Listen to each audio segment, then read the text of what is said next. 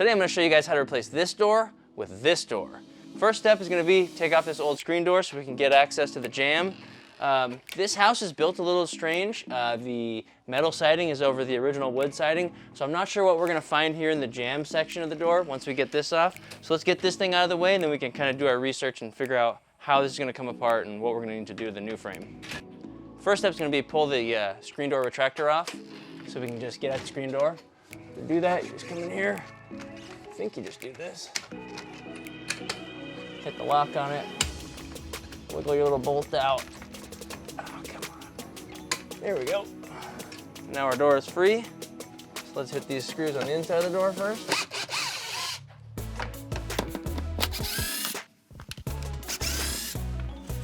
Come to the outside. We'll get these screws. And the door is off the hinge.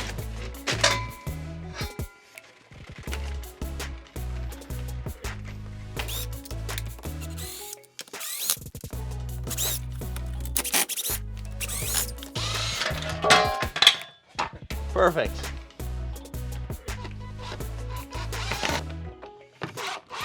So anytime you're removing anything that could be painted or caulked, you're going to want to make sure to run a razor blade around it just to break that seal. Otherwise, you'll end up ripping and gouging things, and it just won't look the best. You'll make more work for yourself. So when in doubt, cut it out. Okay.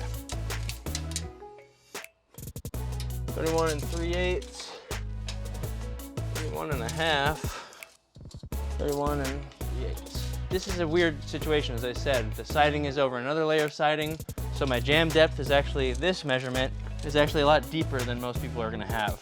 So because of that, I didn't get the brick molding. My jamb needs to slide right in here. So I wanna check it out and see how it's gonna fit. I think I'm gonna have to come from the inside. Yeah, definitely gonna have to come from the inside. And again, because it's an old door, this threshold is two-piece, so it's not part of the jamb as your new door is gonna be.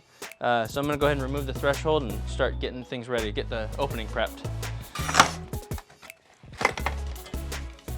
And as you can see, I've got this weird custom-built sill plate.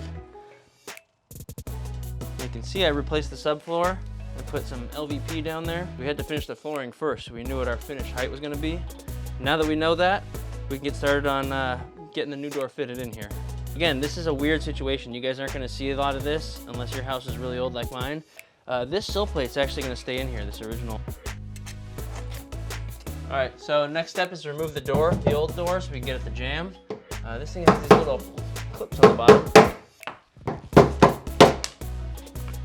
And poke these out. I always start in the middle. Oh, there we go. That one did too. I lied.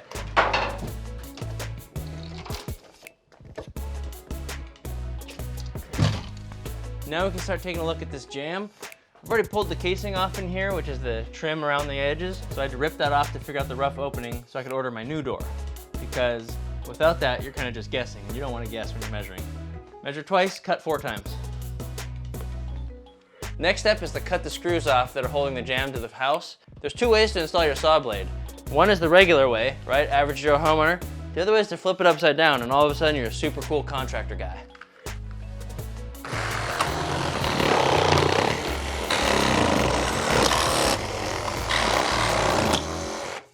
Okay, now we're gonna pull this jamb out, but I'm gonna come out from the front because this appears to be a 2-piece jamb, which is not gonna be common. You guys aren't gonna see this more than likely at your house, unless you have a 1900 house like I do. But that's what we have here on this old REI clubhouse. Some really old houses.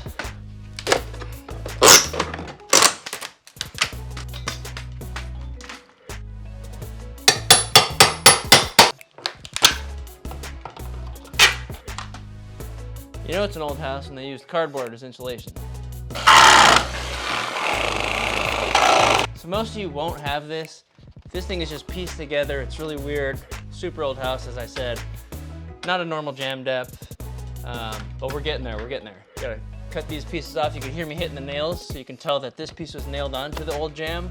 So I just need to cut these nails off, and things will come right apart.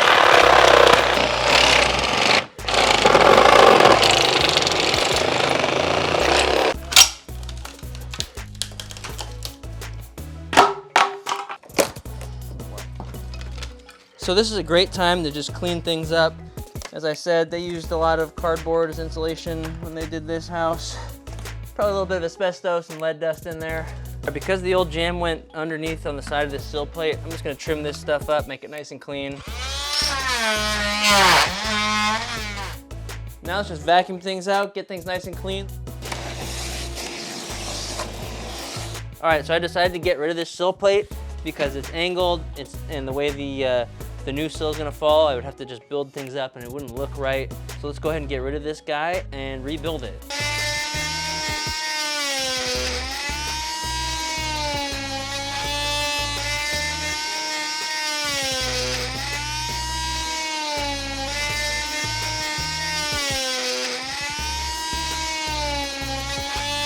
Okay, so the first step in ripping some new blocking for here, it's all gonna have to be at an angle and it's gonna have to be scribed side to side as well.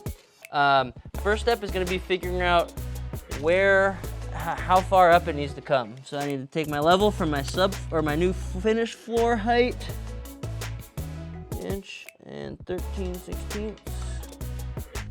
Get it level and shim it at that point all along.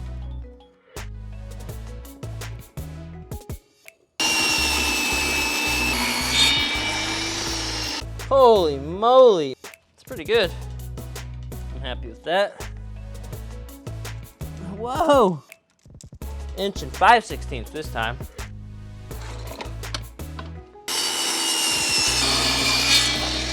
Oh shit. What you gonna do? You guys are gonna wanna make sure to countersink the tops, okay? Because when you drive a screw in that's got an angled head, it's gonna have a tendency to wanna split the wood, whereas if you countersink it, it's gonna wanna have nice, even downward pressure.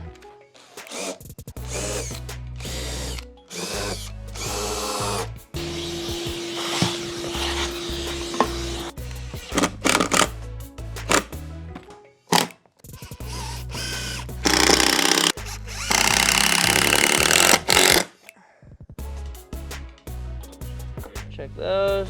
Ooh, that's high in the back. All right, so now that we got the bottom all leveled out, straight, we're gonna fill that with foam before we fully install everything, but I wanna dry fit the frame first. So I took the door off the hinges, put that aside, and let's see how my measurements worked out here. Pretty darn good. Check things that are plumb this way, so the door tilting in and out the frame. It's a little harder on the hinge side, but you can do it. And then we're also gonna wanna check this way, but this way is not as important, side to side level, because we're gonna shim this all up and stuff. We really wanna make sure that things fit tightly up against the outside trim and that it's plumb in and out. So we know that when we come up against this and put our caulking there, everything's gonna look just beautiful, and that looks great. Pull the frame back out, and I'm gonna fill that bottom with foam. So fill any gaps you have in the sides there. I'm gonna fill in the bottom here just for some air infiltration purposes.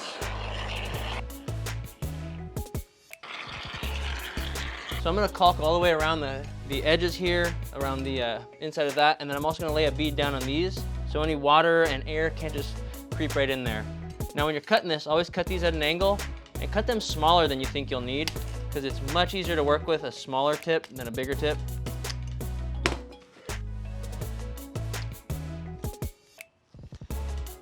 Hole. Put that off on there. Then I'm also gonna go on the inside of the molding here, the brick mold. So when the frame presses up against this, it's gonna be a nice tight seal. And then I'll also spray it in from the outside, but I like to get it from the inside too, just to make sure we got nice sealing properties all the way around. Now, because the next people that are gonna see the inside of this are gonna be redoing the door, let's leave them a little note. It's like a nice little time capsule. It's such an old house. And you know this is an REI Clubhouse project, so let's put that on there. These probably won't even be around when they replace this door next, but you never know. It does happen. Oh yeah, that's a nice, good fit right there. Beautiful. Plumb again on this side. Wow, perfect, really. Absolutely perfect. Now what we're gonna do though is we're gonna mount the hinge side, okay? Always attach the hinge side to the wall first. It's just a lot easier that way. Then you can get the door hung on here, and we're gonna hang this side based on the reveal of the door, which I'll show you in a bit. Now the reveal is just the amount of wood that's showing, okay? Or the gap that's gonna be between the door and the jamb. And you want that to be nice and consistent on that side. So if you start on that side, it's almost impossible to get it good on this side. So always start on the hinge side. Now here's a real pro tip. Don't screw through the side of the door and then have to patch it and prime it, paint it. Pull this weather stripping out, okay? It comes right out. There we go. So it's keeping this door nice and draft free. And then we're gonna go ahead and shoot our screws here, right behind where that weather stripping was, and you'll never see it, and we don't have to patch it.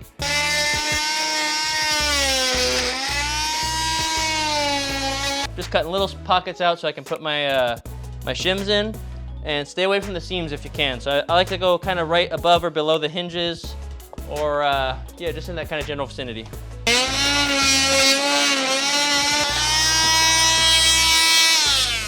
Okay, so for the bottom, we need to get the top over just a hair. Actually, that's looking really good right there. So just get your shims and build them up so you're to fill in that space between your studs and your door jamb. And always alternate them, otherwise you're gonna have these weird crooked shims. Just back off just a little. You wanna make sure this thing's tight. Just wanna shoot that screw. It doesn't blow everything out.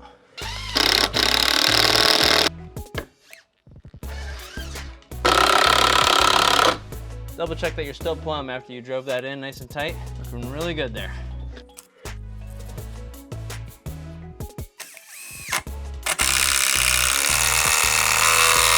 Have a big bow in the middle.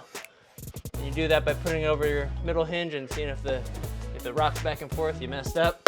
If it sits nice and flat, you're done good. And on this side, we're switching over to the striker plate side. You're gonna pull this weather stripping out first and foremost, because that's where we're gonna put our screws. And just pull it straight back. I like to use that clamp just to add nice even pressure, keep my hands free. Let's shim it up.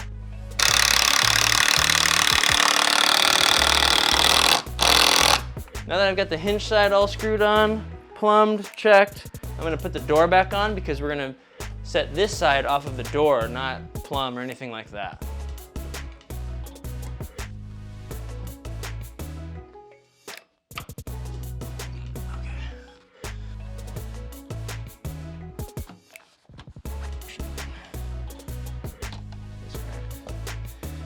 Okay, now that the door's back on, hinges are on, swings pretty nicely. Okay, and we know it's pretty plumb because doesn't self-open or self-close or anything. Just want to make sure it kind of hangs there, neutral. Now we're gonna start working on this side, and if you come on in here, look at this gap. Okay, this gap is what we're working off of. Okay, because if we just put this to plumb, who knows how this gap would be, and this gap needs to be nice and even from top to bottom. You can see it's really bowed out here in the middle. That's pretty common for these doors. But all we gotta do is put a few more shims back there, tighten it right up. So let's start with the bottom. So this is gonna be a lot of trial and error, opening and closing the door until you get it just right. And this one you are gonna wanna bow a little bit because, I mean, obviously it needed to come out quite a bit to close that gap up. So you are gonna bow this door out. It's gonna feel weird. It's gonna feel unnatural, but just embrace it. Close the door, check your gap. So you kind of want to check the corners because you're not going to be able to change the corners gap. Just make sure that gap carries up and is nice and even. See when you pull that away to make it perfect. So let's screw the top and bottom. I think we're looking really good there. In this middle, we'll just pull over ever so slightly.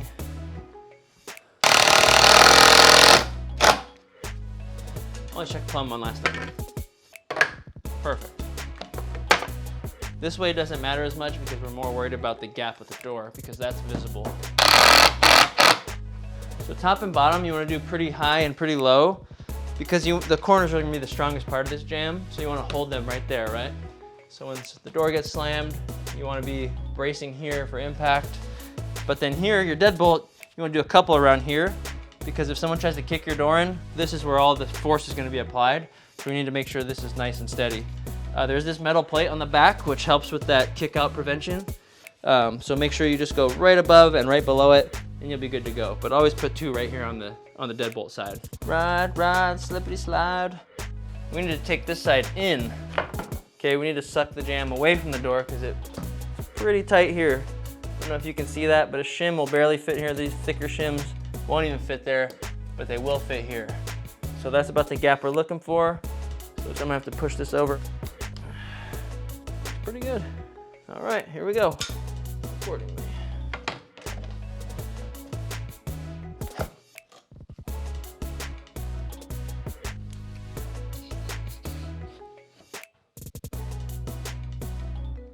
Okay, we're gonna go right into these. They're right over that metal plate, that backing plate that gives a lot of strength to the door jam. I'm gonna go over here actually, behind the weather stripping.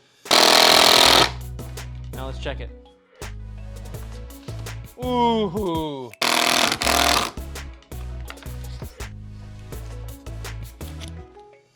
Yep, remember that metal plate back there? It's gonna give you a lot of strength when someone tries to kick this out. There's also other options where you can add another piece of metal on the outside of this and screws to the studs. I would highly recommend those if you live in one of those areas where you need that. We hardly have to lock our doors here, so.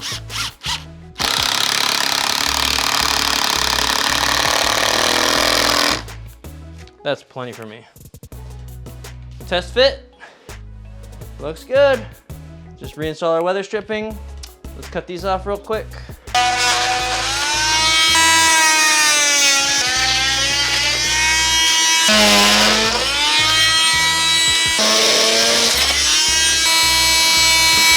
Time to reinstall our weather stripping that we took off to put the screws behind.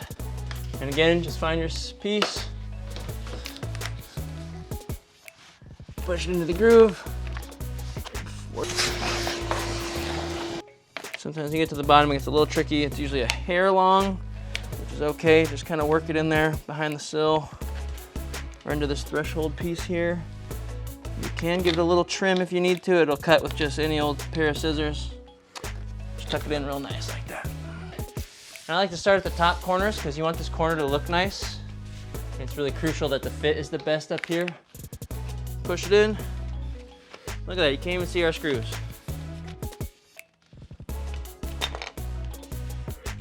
And that, my friends, is pretty much the process. Tuck it in nice and tight down there. Now just make sure that door closes. Now I'm not gonna fill the whole thing. I'm just gonna go to the very front because that's where the air is gonna leak in. And I'm gonna try to make sure that I get from the stud to the door frame.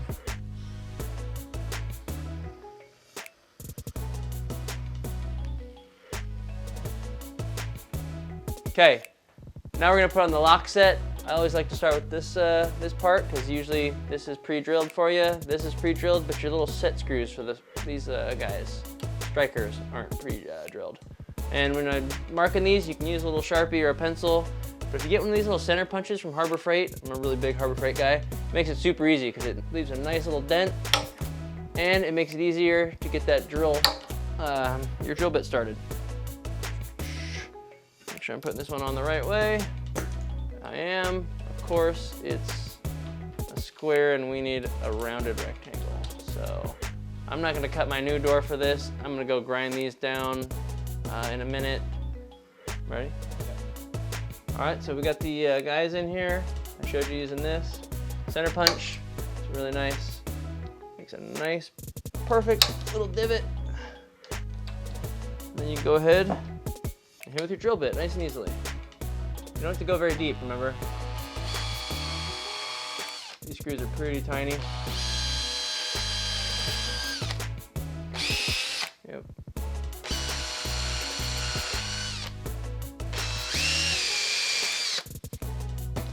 Perfect. Now we can install these.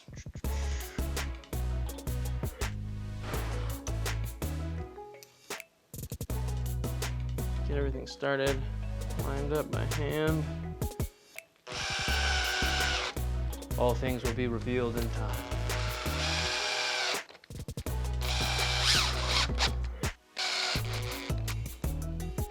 All right, that looks pretty good. Nope, I guess the key goes in upside down now. All right. This handle's backwards. We need to take it back, change it for a new one.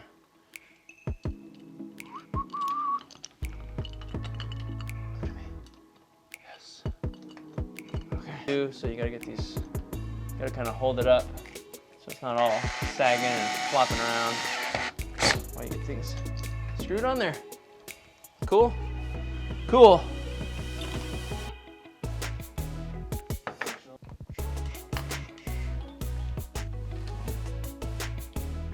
Typically with the deadbolt, you want to lock it because that's when the handle will be out of your way. And really get in there a lot easier.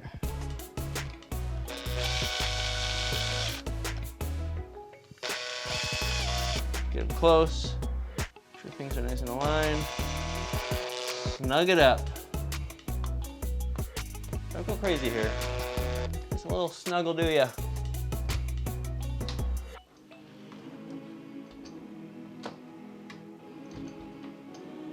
Easy as that. Follow us for more. We just did a door today. We could do a window tomorrow. We could do an oven, a toilet, whatever you guys want to see. Light fixtures, pretty much anything. Drop it in the comments if you got a project you want us to do. We'll tackle it. If you guys want to learn something else about real estate investing, you don't want to be doing your own flipping and stuff like that, we can teach you that too. So follow along. We've got lots more content coming your way, lots more awesome stuff to learn for free. I'm George, and I'll see you guys on the next one. Oh, hold on one second. Okay, here we go. Bye, guys.